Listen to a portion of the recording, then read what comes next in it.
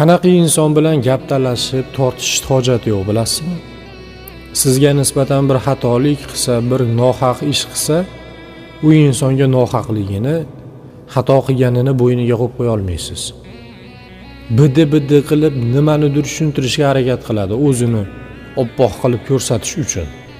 Shunaqa insonga siz ming harakat qiling, o'zingizni haqligingizni isbotlab, uni nohaqligini bo'yniga qo'yib qo'ya olmaysiz.